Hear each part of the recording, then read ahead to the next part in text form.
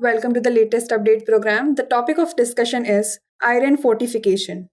Iron is an essential mineral required for many bodily functions, including the formation of hemoglobin. In India, adequate intake of iron is ensured through various schemes like Food Fortification Program and National Iron Plus Initiative Program. However, intake of iron beyond permissible limit of 40 milligram per day might have negative impact on the body functioning. The iron once absorbed is excreted at very small scale and at steady rate from the body, except in case of bleeding.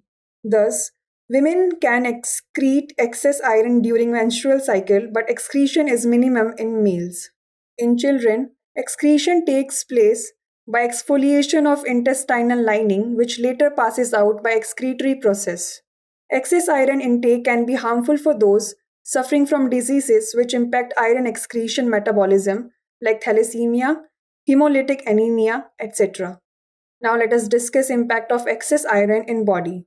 Unabsorbed iron can cause inflammation of the gastrointestinal lining and disrupt the colonic microbiota.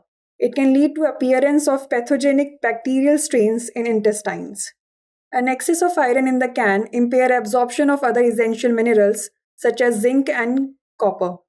Excess iron has been closely linked to many chronic comorbidities like diabetes. In very high amounts, iron also has a role to play in the hepatic stellate cell activation. This can lead to liver fibrosis with subsequent progression to cirrhosis.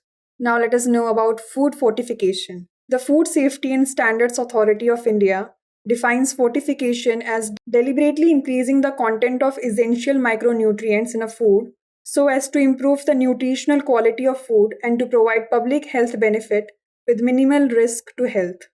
As per 2018 notification, FSSAI has notified standards of fortification for five staple product categories: milk, edible oil, rice, flour, and salt.